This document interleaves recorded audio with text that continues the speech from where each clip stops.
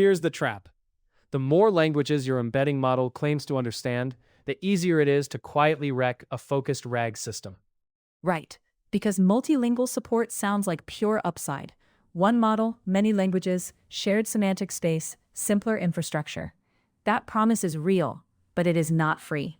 And programmers hear that promise and think, great, future-proofing. We can ingest anything, retrieve anything, serve everyone. But retrieval is not a beauty contest. It is a ranking problem. If your task is narrow, broad multilingual ability can spend model capacity on the wrong thing and lower precision where your product actually lives. So, the sales pitch is one embedding space to rule them all. What does that actually promise? It promises that semantically similar text lands near each other, even across languages.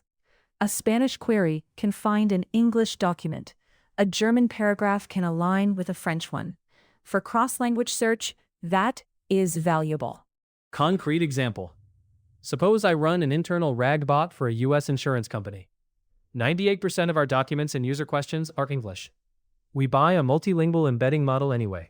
A lot. Your domain is already card, policy clauses, state-level exceptions, deductible language, abbreviations. If the model also has to map dozens of languages into one space, it may blur distinctions that matter more than broad language coverage. The bot still retrieves something relevant-looking, but not the exact clause your answer depends on. So, this is not catastrophic failure. It is sneakier. The system looks smart, but the ranking gets a little softer. Exactly. And in RAG, a small retrieval drop becomes a big answer drop. The generator cannot cite what it never sees. Narrow misses create hallucinations with perfect confidence. That is the first tension then. Multilingual support promises reach, but your real cost may be weaker discrimination on the one language and one domain that pay the bills. Yes, broad capability and task fitness are not the same axis. If your workload is narrow, a focused English model, trained or tuned for retrieval, may separate your concepts more sharply than a global generalist. Give me another scenario, because this is where teams fool themselves. Think e-commerce support. Your catalog is in English, with product names like Core Lite, and Core LT.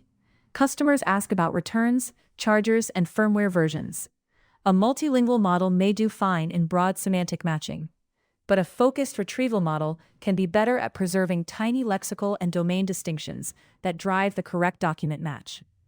And those tiny distinctions decide refunds, compliance, support costs, even whether the user trusts the bot at all. Right. Winners and losers are created by the top 3 retrieved chunks, not by the benchmark headline. If broad multilingual ability knocks your best chunk from rank 1 to rank 4, your expensive LLM suddenly looks dumb. Let's push on quality trade-offs. Where does the trade happen technically, even at a high level? Model capacity, training mix, and objective focus. A multilingual model has to align many languages and writing patterns into one geometry. That is hard. If your task is narrow, you may prefer a model whose capacity is spent on domain-relevant distinctions, not on preserving cross-lingual alignment you rarely use. So, broader is not automatically richer. Sometimes broader is diluted. That is the right word. Dilution can show up as weaker nearest neighbors, more semantically generic matches, and less stability on jargon, IDs, abbreviations, or phrasing that matters in production retrieval. Practical example number 3. Let's say a legal tech team supports English contract review, but a vendor demo shows cross-lingual search, and everyone gets excited. Then they deploy the multilingual embeddings, and retrieval starts grouping broad concepts like termination, renewal, liability, and notice pretty well.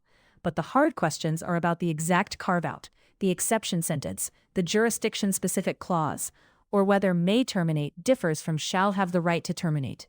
A focused model often handles that sharper boundary better. So, the shiny capability changes the internal power dynamic. The demo team wins, but the production team inherits noisier retrieval. Yes, and because the system still works most of the time, nobody notices quickly. They blame chunking, prompts, re-rankers, or the LLM when the embedding choice quietly set the ceiling. What should a programmer building RAG do instead of chasing the broadest benchmark? Start from your query distribution. What languages actually appear? What proportion? How much cross-language retrieval do you truly need, not hypothetically? Then test on your domain with retrieval metrics that reflect reality. Recall at K, MRR, NDCG, and failure analysis on hard queries. And if only 5% of traffic is cross-lingual, Then, a hybrid strategy may beat one universal model. Use a focused embedding model for your main lane, and add translation, language routing, or a separate multilingual path only where needed. That often gives better quality and lower risk than forcing one embedding space to solve every problem. so the strategic consequence is clear. Teams that choose by headline capability may ship a broader demo. Teams that choose by task geometry ship a better product. Exactly. Multilingual support is valuable when you truly need cross-language retrieval. But if your task is narrow, broad multilingual ability can be a tax disguised as flexibility. Which means the right question is not, does this model support many languages? It is, what am I giving up in rank quality for my highest value queries? That is the whole game. In RAG, the model that understands everything can still lose to the model that separates your exact problem better.